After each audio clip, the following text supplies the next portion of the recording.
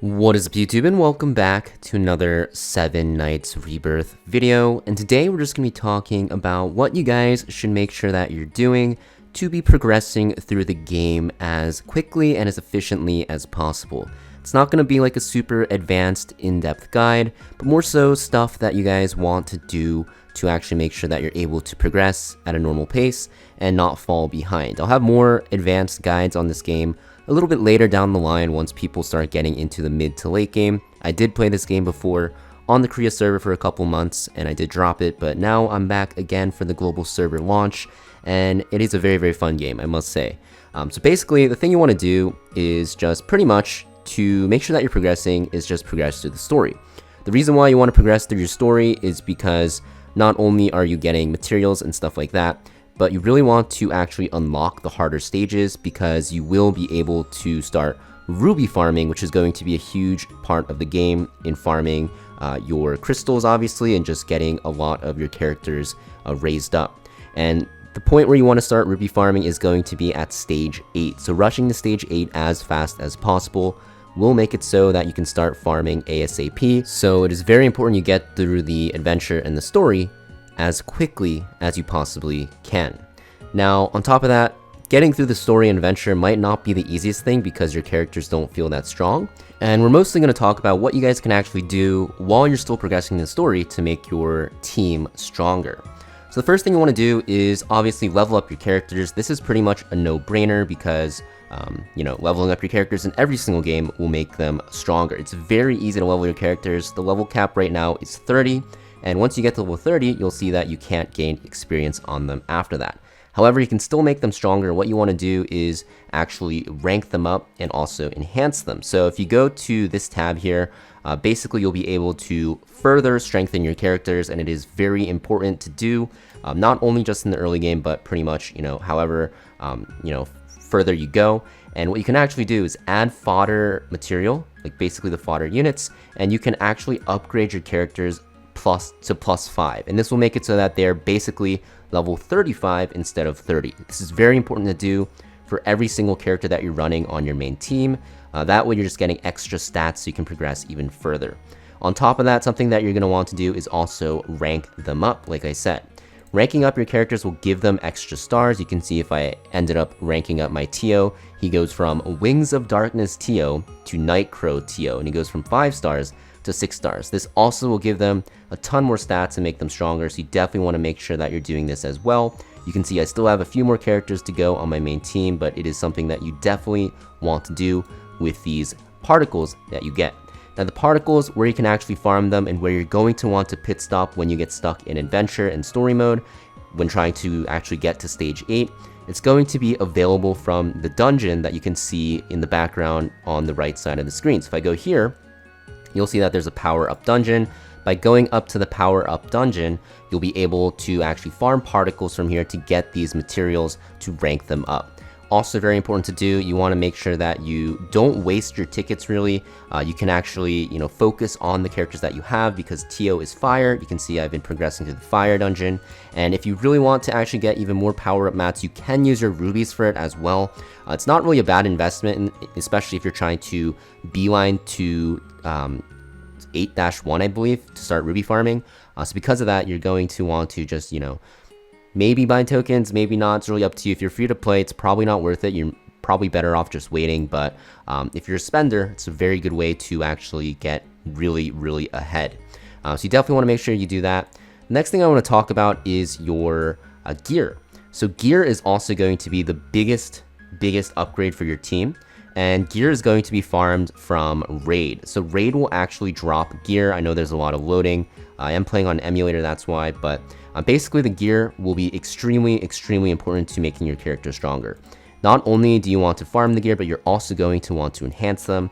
For the most part, you can farm Destroyer Gaze in the early game. It's really good for your Tio or whatever damage dealer you're using. Basically, both the Vanguard set and the Bounty Tracker set are going to be very powerful. Just making sure that your team is just on full orange gear eventually is going to be extremely important. And once you actually get that gear, you're going to want to enhance it. So the way you're going to enhance it in this game, it's pretty simple. You're just going to use your gold that you get.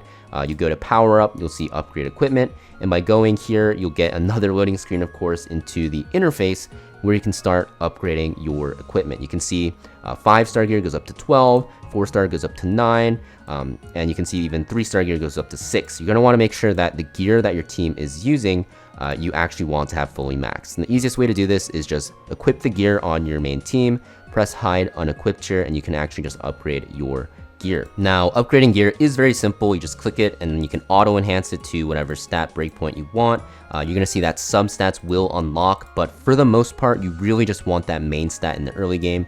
Min-maxing right now isn't really worth it, even though, you know, some of the pieces will have just a lot better stats on them. Min-maxing right now isn't really required, but on some characters, you will want to actually put them on specific main stats here, because the main stat can also vary on the pieces. Every single stat, especially in the early game when you're trying to get to 8-1, will matter. Tankiness helps you still in the early game, so you just want to make sure that you're upgrading your pieces and making sure that you're putting them on the correct stats and sets to be, you know, useful. And you can see this piece already looks very, very good for him.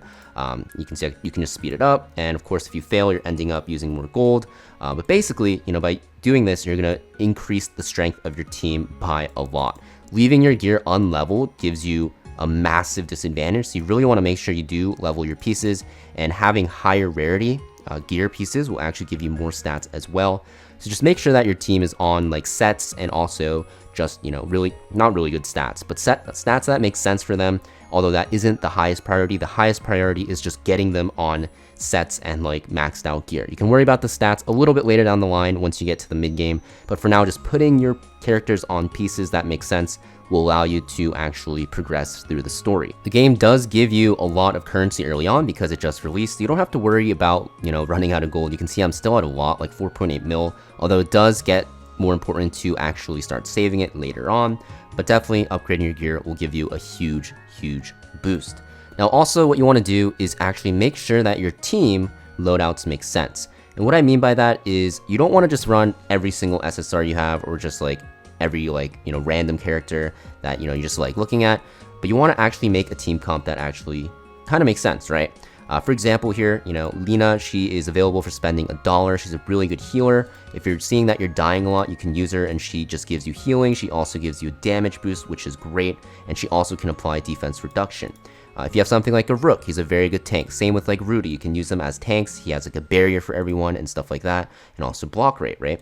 So it's really important that you actually just don't run a team just full of just like damage dealers. You actually want to read their skills and see what they do.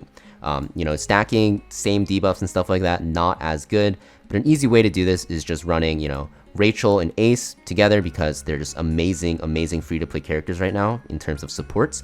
And then you just run whatever character that you re-rolled for, whether it be Tio, it can even be Nia, although, you know, Tio is definitely the best character right now because of how much damage in AoE he does. And after that, the 2 slots after, you know, you can run like a healer and like a tank, right? If you guys are missing a lot of characters, even the purple characters have some decent characters here. You can use like Yui, Lucy, and Karan. They also have some healing and also some different types of immunities, which are important for certain dungeons.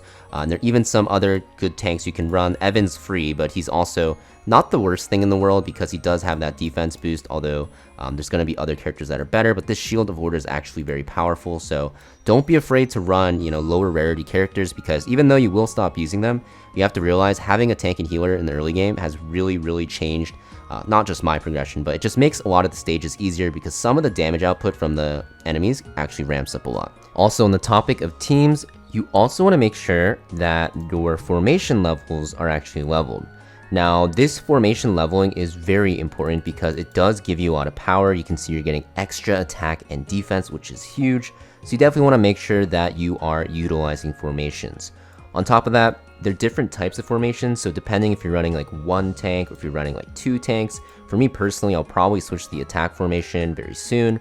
You're going to want to use the formation that works for you because it'll just make it so that, you know, you're not wasting stats and putting like defense percent on someone that wants attack, or vice versa, attack percent that on someone that wants defense. The last thing I want to talk about is just utilize the events and the guild system in the game. Being in a guild will give you rewards. You definitely want to make sure you join a guild right away because you just get extra keys and stuff like that. And also, you know, utilizing the events here will be able to, you'll be able to not only farm for like summons and stuff like that. But there's a lot of good stuff in the event shop that you can use, right? If you're lacking heroes, you can actually get these hero summon vouchers, which are good. There's a rare legendary hero ticket down here, which is amazing. There's a lot of good things that you can get from this event shop that you definitely want to take advantage of, because, you know, events aren't going to, you know, be running forever. They're only time limited, so you definitely want to make sure you take advantage of them when you can.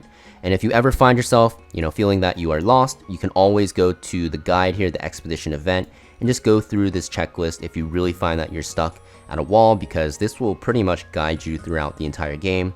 The ruby farming expedition, though, you don't want to do it too much, because like I said, you do want to get to stage 8 at least before you start ruby farming, and ideally stage 11 actually, like chapter 11, that's when it gets really good.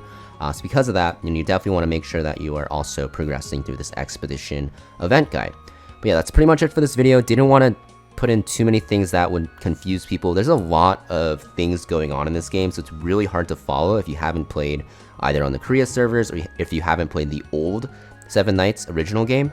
So because of that, you know, just some beginner tips for you guys out there. Hopefully helps you guys out, and if it does, make sure you guys hit that like and subscribe, and I'll see you guys next video.